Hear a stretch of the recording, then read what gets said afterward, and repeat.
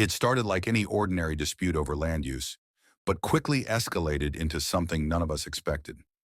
My cousin Jack had always been the quiet, disciplined type, a man of few words, a veteran who served his country for over 30 years and retired as a U.S. Army general. His home was his sanctuary, a modest ranch house on the outskirts of a sprawling development controlled by the local HOA. Jack had long warned the HOA board about overreaching into private property, but they ignored him. So when they decided to bulldoze part of his property to make way for their new community expansion project, it wasn't just a property dispute anymore. It was a ticking time bomb. The bulldozing incident.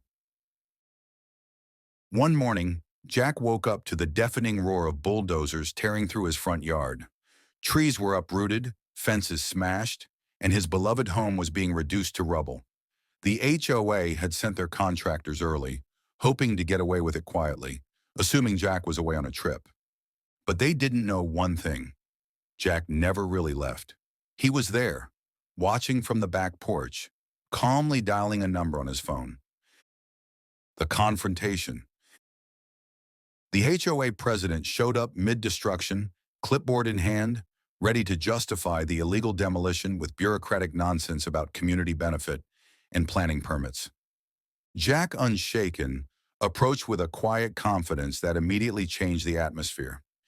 "You bulldozed my home without any notice, no court order, no legal right," Jack said, voice steady but commanding. The HOA president laughed. "This is community property now. Your house was in the way of progress." Jack's eyes narrowed. "You just destroyed a U.S. Army general's home without permission. I suggest you rethink your next words carefully." Calling in the reinforcements. Within minutes, Jack's phone rang, and a familiar voice came through, the county sheriff. Jack had called him as soon as the destruction started, knowing law enforcement would take the word of a retired general seriously. Sheriff's deputies arrived, flashing their badges, ordering the work to stop immediately. They told the HOA president and the contractors to step back. What the HOA did was blatant trespassing and destruction of private property. Legal and military power unleashed. But Jack wasn't done. Being a high-ranking retired officer, he had a network of contacts and the knowledge to back his claims with military precision. He hired the best land and property lawyers, and soon the HOA was slapped with multiple lawsuits: illegal demolition and trespassing, emotional distress and property damage, violation of civil rights. The media caught wind of the story. The narrative of a powerful general standing up against a greedy HOA spread fast. Public opinion quickly turned against the HOA board, who had arrogantly assumed they were untouchable. The fallout for the HOA. The HOA's new project was immediately halted. Investors pulled out, fearing legal troubles. The HOA president faced calls for resignation and mounting legal fees. They tried to issue public statements denying wrongdoing, but the evidence was undeniable.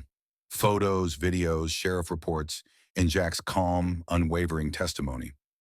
Eventually, the HOA board was forced to settle, paying Jack a hefty sum for damages and agreeing to never encroach on his property again. Jack's message to the community. After the dust settled, Jack held a small gathering at his rebuilt home, now fortified and equipped with state-of-the-art security systems. He spoke softly but firmly. "A home is more than bricks and mortar. It's where you lay your soul to rest. And no organization, no matter how powerful, has the right to destroy that without due process." He reminded everyone that no one is above the law, not even an HOA. Final reflection. This ordeal was a stark lesson in respecting boundaries, both physical and legal. The HOA learned that underestimating someone like Jack wasn't just a mistake, it was a disaster waiting to happen. In the end, my cousin's courage, experience, and the law won the day. The bulldozers stopped, the land was restored, and a powerful message was sent: never mess with a U.S. Army general's home.